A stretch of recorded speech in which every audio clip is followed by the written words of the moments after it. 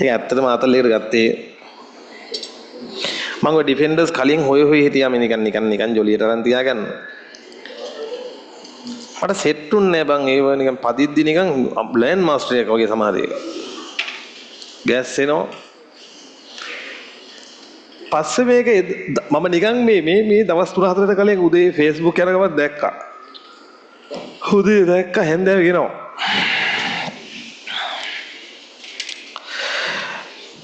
ඒක ඇත්තටම උදේ දැක්කේ නැත්නම් මං ගේන්නේ නැහැ. ඔය තියෙන highestම grade එක P400 HSE urban. ඔයිට හැගන්නේ. ඔය මගේ වර්ගයේ ඇත්තේ මම හිතන්නේ ලංකාවේ 4ක් හෝ 5ක්. ඔක full black. ඉස්සරහා ඩිෆෙන්ඩර් කියලා තියෙන්නේත් අකුරු වලින් ඒක කළු පාටයි. කළු පාට තමයි තියෙන්නේ. නමුත් මම තමයි ඒක ඉස්සරහින් පොඩක් සුදු පාට ස්ටිකරයක් ගහලා තියෙන්නේ. මම ගහලා තියෙන්නේ. කළු පාටින්ද පේන්නේ. අර මේ ඉස්සරහට මෙම එම්බෙඩ් වෙලා තියෙන එක. එම්බෙඩ් නේද කියන්නේ මට නෑ. ඉමේජ් මන් දන්නේ මම කරේ උඩට මේ වෙලා තියෙන්නේ. කාව් කරනවා වගේ තියෙන. ඒ වගේ. ඉතින් මේ හැබැයි මම ගත්ත තීරණේ මරු මේක මාර කම්ෆර්ටබල් නේ. මාර කම්ෆර්ටබල්. නියම යුරෝපියන් වෙහිකල් එක පර්ෆෝමන්ස් තියෙනවා. ආයේ ඕවර්ටේක් කරනවා නිකන් ඊතලේ වගේ. නවත වාහනේ පාරට දාලා හෙඩ්ලයිට් එක දෙපාරක් ගාලා හෝන් එක ගැවගෙන හරි ඉදිරි රේඛාවම ක්ලියර් වෙනවා. මම දැන් ඒක යන්නේ. මම දැන් ඒක යන්නේ. හරි අරක තියෙනවා ඒවා තියෙනවා V6 එක V8 එක ඔක්කොම තියෙනවා. Voxy එකත් පරු. ඒක මම අම්මට අරන් දුන්නා.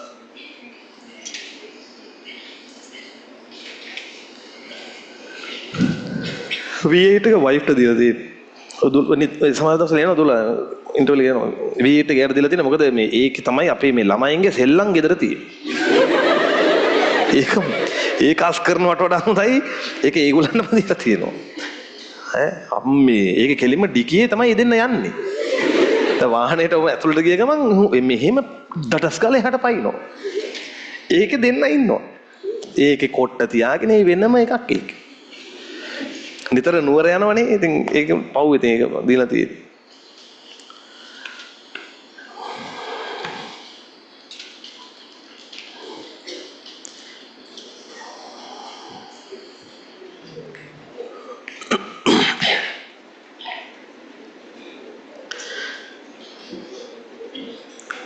දෙසිය 40ට දෙන මැක්සිමම් ස්පීඩ් එක. දැන් V8 එකේ දෙනවා 280ට.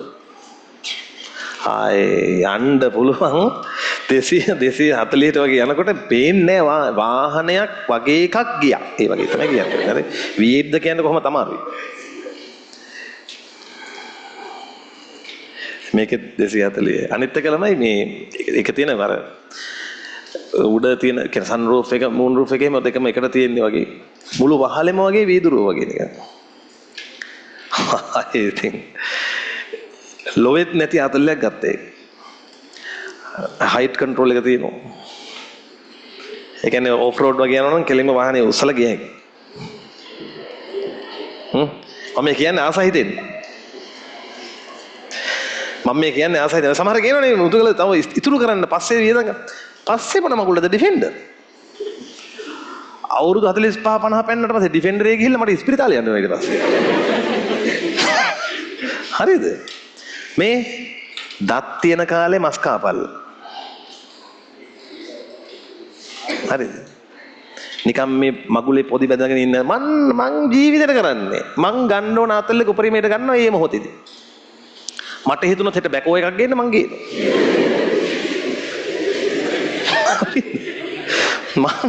මම බලන්නේ මට මොනවද කියන්නේ මං අල්ලාතාල කරගන්නේ මම දැන් තනි කළුනේ මගේ වාහනේ තිබිලා නැහැ තනි කළු ඒවා. අනේ කළු ඒවා තිබ්බේ නැහැ. මං හැබැයි ඔය වගේ ගොබ්බ වැඩත් කරගෙන තියෙනවා. මං ගත්තා මට ඔහොම හිතලා i8 එකක්. උදේ හේතුන හැන්දෑව ගෙනාවා. i8 කරලා තියෙන බොම වී කරලක් වගේ එකක්. පොඩි නිකන් වී පොත්තක් වගේ එකක් තියෙනවා.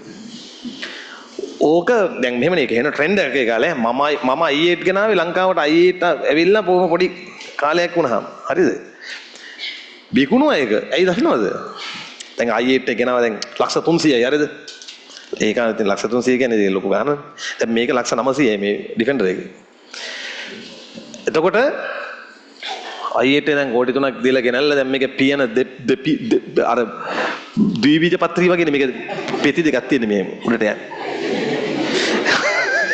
ඒක බරාඩු එකක් එහෙම වුණොත් ඒ දොරත් එක්කම උඩ යනවා. කෙලෙම උඩට ඇරේ. එහෙම යන්නේ. ආතල් ලැබෙයි. ඉතින් දැන් මේකේ අද්දි දැන් කට්ටිය බලනවා නම් මනම් එහෙම ආ.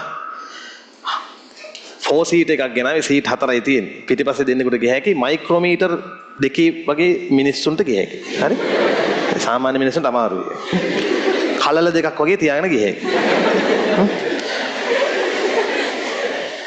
ගත්තට පස්සේ තමයි මටත් තේරුනේ අම්මට සිරි කිසි කෙනෙකුට යන්න බෑ. දෙන්නෙකුට ගිය හැකි. අපේ අම්මා ස්තෝපුවට එනකොටත් බයිනවා යනකොටත් බයි. මන් දැන් මේ ලක්ෂ 300ක් ගිහලා පද්දමට බැනුම් අහනවා හරිද?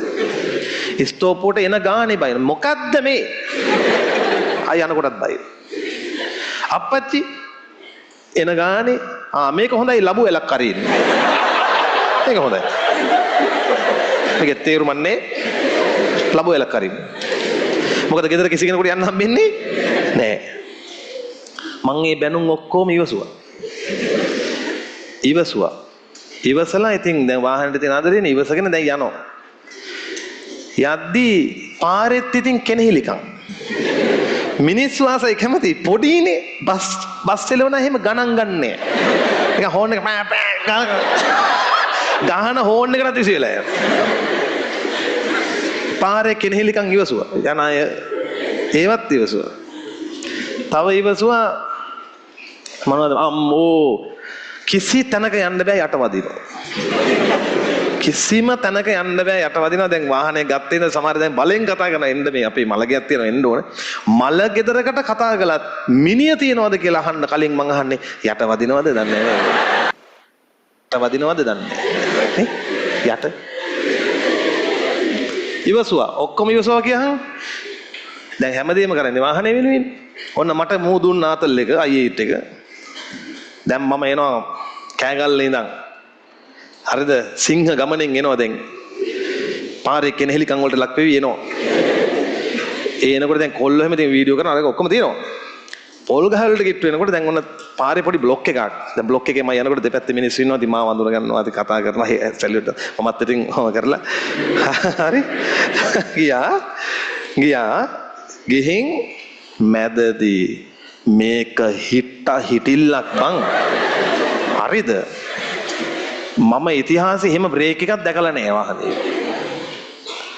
එම්ම තන හිට්ටා මේක.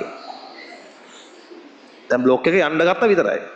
මට එනවා පිටිපස්සේ කීකක වාහන පොලේ බස් එකෙම ඇද වෙලා හිටිනවා. දුම් යනවා. මොකද අර බ්‍රේක් ගහගෙන දැන් අපි ළඟින් යන්නේ.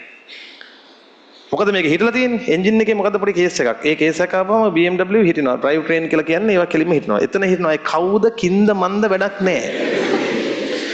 එතන හිටිනවා. UK වලින් හරි කොහෙන් හරි ගෙන්නන්න ඕන කවුරු හරි.